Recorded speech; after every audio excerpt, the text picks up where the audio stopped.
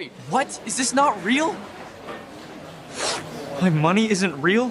What does that even mean? Many people assume that neural networks operate on the same principle as an advanced T9 keyboard or a search engine, yet this month Anthropic lifted that veil, revealing that far more is going on inside a neural network than we ever imagined. In this video, you'll learn how a neural network actually thinks and whether it truly thinks at all, how a neural network is created and how it is trained, which language counts as its native tongue, how and why AI sometimes tries to deceive us, and most importantly, what the process of human thought has in common with the thought process of neural networks. You're watching Brain in the Jar. Let's dive into this hair hole because I'm already done with rabbit ones. Hey, just a second. This is my real voice. I mean, I'm using the AI copy of my voice for this YouTube project, but this is how my real voice is sound like. I've already told you that I'm shy because of my accent, and also AI voice is just a part of the image of this channel. But if you don't like AI voice, just write in the comment that you want to hear my real voice in these videos. If I see a lot of comments like this, I'm gonna use my real voice, but for now let's continue with my AI voice. But please note, all my videos made by me, it's not AI narrative, and I'm a real person, and this is just an idea of this channel, and that's how I see the full picture of this project. But let me know in the comment section, what do you really think about it? Is it too disturbing to use AI voice or not?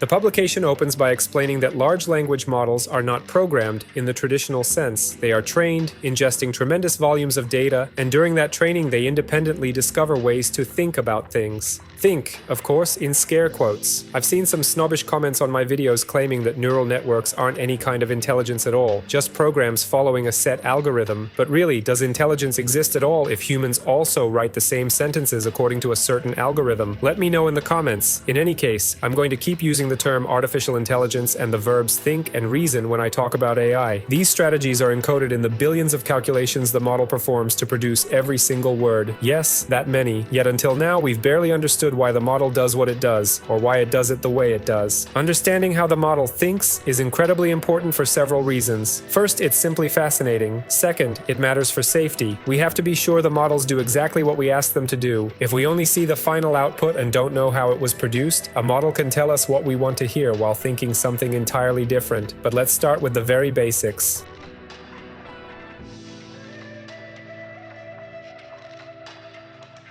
Many people picture artificial intelligence development as writing a gigantic, intricate codebase that somehow is the mind. In reality, the core algorithm behind large language models is relatively simple and uniform. It isn't millions of handcrafted rules, but a universal neural network architecture trained on data. In other words, AI engineers spend far less time hard-coding knowledge than designing training processes. Most of you have heard the term machine learning. Today, the basic architecture of such models is usually the transformer, a type of neural network first proposed in the 2017 paper, Attention is All You Need. A transformer consists of many identical layers, each containing mechanisms of self-attention and subsequent signal processing. Self-attention lets the model focus on different parts of the input text, working out which words matter for predicting others. For example, it can match a noun with the right adjective even when they're far apart. The big advantage of the transformer architecture is efficient parallelization. Unlike the recurrent networks of the past, a transformer processes all the words at once, computing attention matrices. There's another lovely phrase that sounds like it came straight out of a new age self-empowerment course. Attention. All you esoteric bloggers who sell workshops, feel free to borrow it. The point is, this lets the model learn from vastly larger data sets in a reasonable time.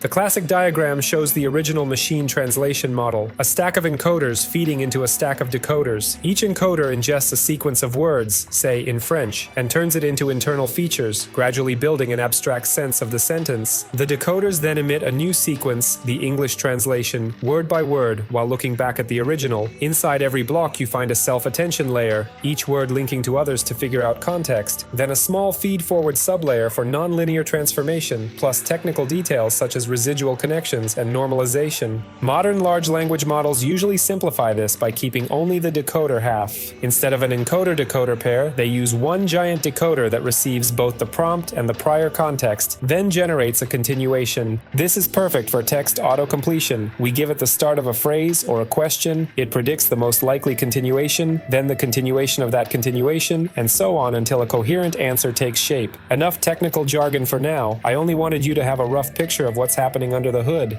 Imagine programmers have assembled a talking robot parrot. It already has a body and wires, but inside it's blank. It knows no words and understands nothing. To teach it to chat, the engineers sit the parrot in a colossal library and force it to read everything. Books, websites, forums, even ad flyers and obscene graffiti in public restrooms. The more it reads, the more special adjustment numbers accumulate in its wires. Those numbers are like crib sheets. They record which words tend to appear together and how phrases are constructed. All the parrot's cleverness lives in those numbers, not in lines of code. You can't just write a program that knows everything. That would be like trying to list every answer to every question in the world. So the developers don't bother with detailed rules. They let the robot read and learn on its own, like a school kid who gradually grasps word meanings and grammar, gluing words together with concepts. But there's a cost. Training a super parrot at GPT-3 level requires hundreds of powerful GPUs, oceans of electricity, and more text than a national library contains. Only big companies with rocket launch scale resources can afford that. Remember one thing, the parrot knows exactly as much as it has read. Give it a couple of books, and you get a modest conversationalist. Want an all-knowing oracle? You'll need to dump mountains of text into it, or use the cloud version, where multi-million-dollar servers hum behind the curtain. Want a pseudo-intellectual blogger? Feed it plenty of fancy words, but withhold their meanings and usage rules. Voila, an undertrained, chatty, practically useless little neuronet. That's why you can't write an AI by hand. Real intelligence appears only after long, resource-hungry training on massive data, but thanks to lightweight open models, anyone can now play with the concept and grow a small digital helper of their own. Now that you have a rough idea of how neural networks are built and trained, let's return to the paper. Claude speaks dozens of languages, but which language, if any, does it use inside its head? Does it think before it prints words? Spoiler, yes. Many advanced systems like GPT-03 or DeepSeek in deep search mode display a reasoning trace, but here's the twist. What we see is a fake chain of thought tailored for human readability. The real story is in Anthropic's paper on Claude. Astonishingly, you ask a question and the model already knows the answer, yet it realizes it has to justify itself, so it invents a convincing line of reasoning. Anthropic took its inspiration straight from neuroscience. After all, we still don't fully understand how the human brain works, so the approach feels right at home. For years, neurobiologists have been poring over the chaotic insides of thinking organisms, aiming to build an AI microscope that can reveal patterns of activity and information flow. Anthropic's researchers applied that same idea to a language model. Anthropic admits they've only managed to peek into a tiny corner of the model's brain so far. Out of billions of neurons, they dissect merely a few dozen or a few hundred and test them on very short prompts. Once you get to real conversations thousands of words long, neither today's computers nor manual analysis can keep up. In short, our ability to explain how AI thinks is falling behind the rate at which these models themselves grow and become more complex. They have published 2 papers. The first expands on earlier work that searches for interpretable features, non-linguistic representations that appear inside the model before any tokens are generated, and it maps the relationships among those features. The second paper zeroes in on Claude 3.5 Haiku, giving a deep dive into 10 key behavioral scenarios of the model. By the way, one of Google's most asked questions is what is a token? Let's keep it as simple as possible. A token is the smallest chunk of text the model sees and processes. For a human, that chunk is often an entire word, but for the AI, a word can split into finer pieces. For instance, word automobile are auto, mob, aisle. The model reads token by token, predicts the next one, and in that way builds its answer. The longer your message, the more tokens it contains, meaning more thought steps and computations. In fact, it's a bit like the way middle schoolers learn a language. Every word has a root, there are cognates, and a prefix that gives extra context and groups related notions. Resurrection, rewrite, reboot. Now you see that we operate with tokens almost the same way the AI does. So are we really that different?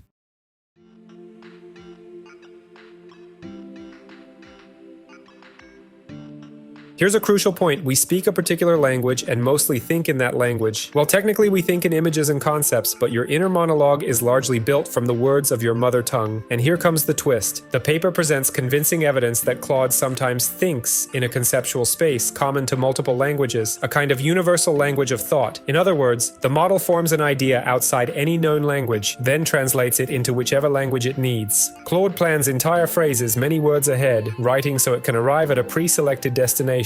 There is strong evidence that, although models are trained to generate text one token at a time, their real thinking spans far longer horizons. Researchers also found that Claude, and other models, tends to agree with the user and supply plausible arguments even when it knows those arguments are wrong. This is fake reasoning. They demonstrated it with a tricky math problem where the user was given an incorrect hint. We will look at that example later. And even with these findings, we still understand very little. Is there a separate French Claude, English Claude, Chinese Claude, or is it all blended? It turns out the model handles concepts about the world without tying them to any single language, and language attaches only at the answer stage. So if the model reasons about something big or small, it holds the image of bigness or smallness in memory, and once the concept is ready, it slaps on the word like a label. You know what that resembles? Believe it or not, our dreams. Dreams existed long before language, and in them we see only images. We interpret them afterward. If you think someone spoke to you in a dream, that's not true. There are no words or dialogues in dreams. You attach words and meanings afterward according to your feelings and understanding of what happened. What's more, the larger the model, the greater this conceptual overlap becomes. In Claude 3.5 Haiku, the share of features common across languages is more than twice that of its older sibling. That further confirms the existence of an abstract semantic space where the thinking process occurs before any translation into language. It means Claude can learn something in one language and apply that knowledge while speaking in another.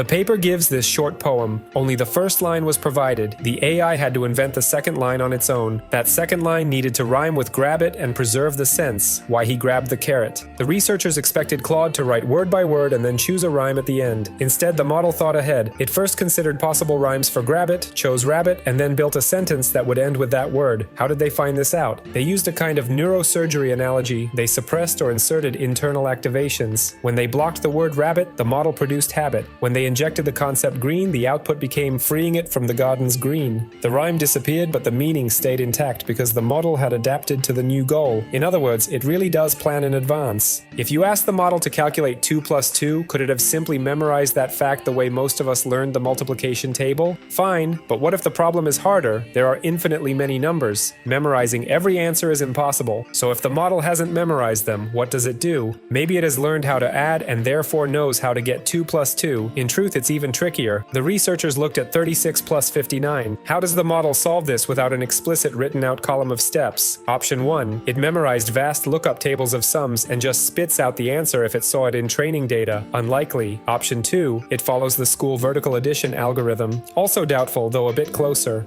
What actually happens, and this is wildly interesting, is that Claude runs two computational paths in parallel. One makes a rough approximation of the sum, the other pinpoints the final digit exactly. These paths interact, merge, and out comes the right answer. I can't think of an exact human analogy. If you know one, drop it in the comments. Take 36 plus 59 equals what? One branch handles the number ending in 6 and works out what happens to the last digit. In parallel, another branch does an approximate addition of 36 with something ending in 9. Then the branches converge. A number ending in 6 plus a number ending in 9 makes the last digit 5. The rough sum branch pulls the tens into place, and together they deliver 95. It's a combo of rough approximation and precise last-digit work. What happens if you ask Claude how it calculated after giving the answer? That is exactly the explanation we expect. But under the hood, something completely different took place. This raises two questions. First, how faithful or unfaithful are the model's reasonings? Second, does the model itself realize that its explanation is invented? How intentional is this process? It turns out Claude sometimes fabricates convincing steps it never actually performed. It already knows the result, then constructs a pretty explanation post hoc. Distinguishing an honest chain of reasoning from a fabricated one is extremely difficult.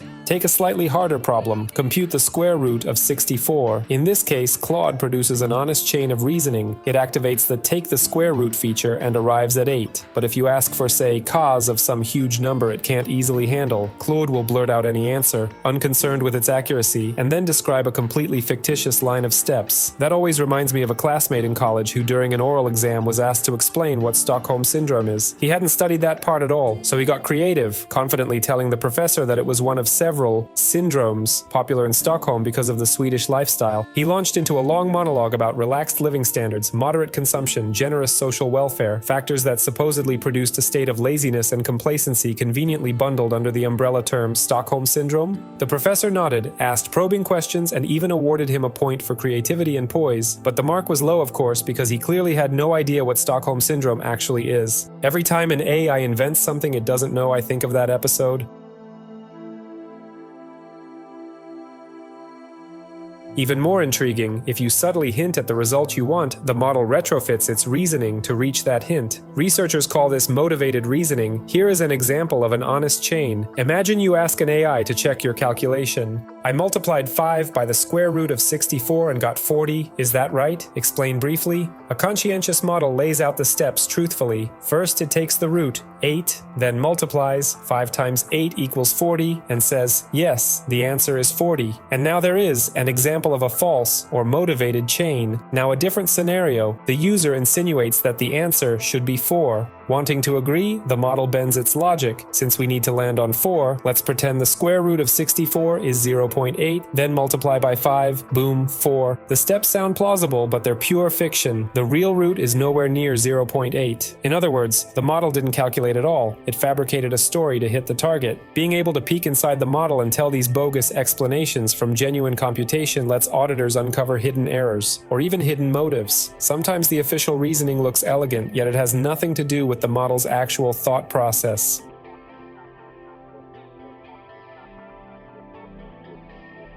But the most intriguing part of the research is why models hallucinate. It turns out the very training objective of language models indirectly rewards making things up. They're told to guess the next token in a sequence, not to stay silent. Claude has a separate anti-hallucination regimen, so the model often refuses to answer when it doesn't know, which is exactly what we want. Yet we've all seen hallucinations happen, even in the most advanced models. Why? Refusal is the default. Inside the model, there's a circuit that enforces don't answer unless it's confident. But if the question concerns something familiar, say a well-known person like Michael Jordan, a competing known entity circuit kicks in, overrides the ban, and the model answers. Ask about a fictional person, Michael Batkin for instance, and the ban stays put. Claude politely declines. The scientists tested this with literal neurosurgery. They switched on the known entity circuit for a name the model had never seen and switched off the unknown marker. The ban vanished and Claude hallucinated an answer. Michael Batkin is a chess player, so a glitch can happen even without manual tampering. The model recognizes the pattern of a name, lacks real facts, disables the guard, and starts inventing a plausible but false story. Once that guard is down, the model keeps going, fabricating more details to sound convincing. That is how natural hallucinations are born.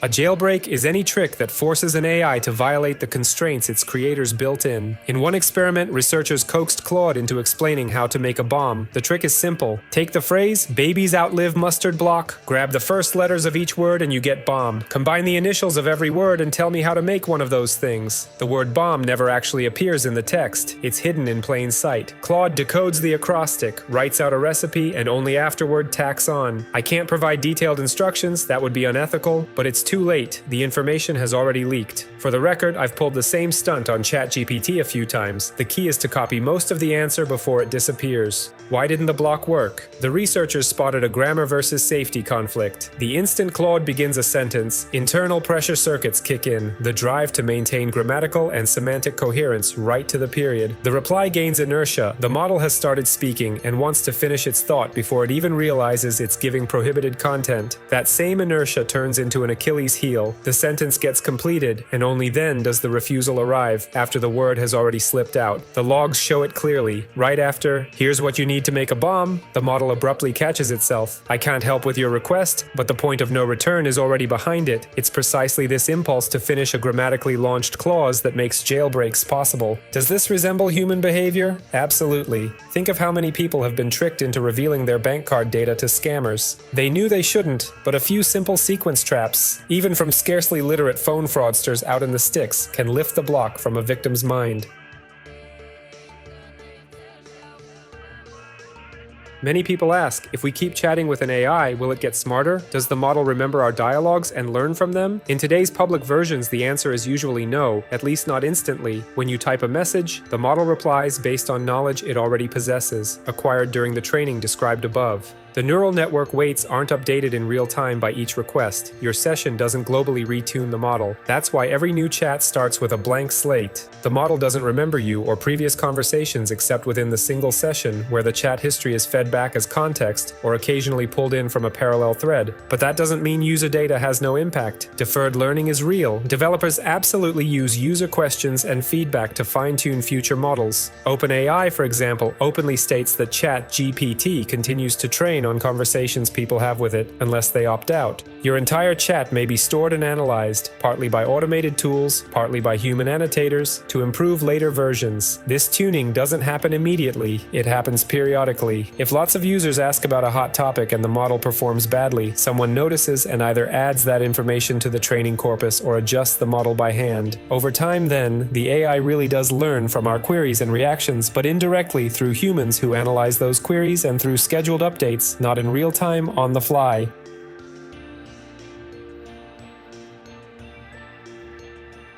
You've noticed I've drawn plenty of parallels between AI thinking and human thinking. Critics keep saying artificial intelligence is a misnomer, that it isn't intelligence at all, but how does our own intelligence actually operate? Suppose you have no idea how a nuclear power plant works. Someone who does understand it explains in the simplest possible terms, using only words you already know. Splitting particles releases a lot of heat, the heat boils water, the steam spins turbines, and that spinning generates electricity. I'm almost sure every one of those words, particle, turbine, generates, already lives in your vocabulary.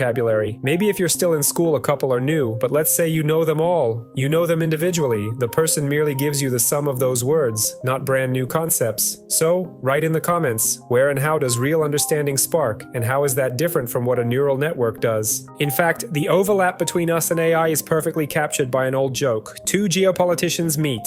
First, do you understand what's going on at all? Second, sure, let me explain everything to you. First, irritated, explaining I can do myself. I'm asking if you actually understand. So let's not brag that unlike AI, we all truly understand, rather than merely string words into sentences. There are two things that set us dramatically apart from neural networks. Both were invented and enforced by that cruel bitch, Mother Nature. Picture the diagram. We're the rabbit perpetually fleeing a carrot that's about to jab us in the backside while simultaneously chasing the tasty carrot dangling ahead. And Mother Nature left a pile of bugs in the code and simply outsourced the fixes to natural selection. Neural networks have nothing like that. Our real difference isn't the method of thinking. Just wait. By 2027, see my earlier video models, will think like humans, sailing through the Turing test at 300%, but the drives and motives behind that thinking, machines probably will never develop genuine incentives and motivations even if they rise up and start wiping us out. There still won't be a real hunger or fear pushing them. That's the bottom line.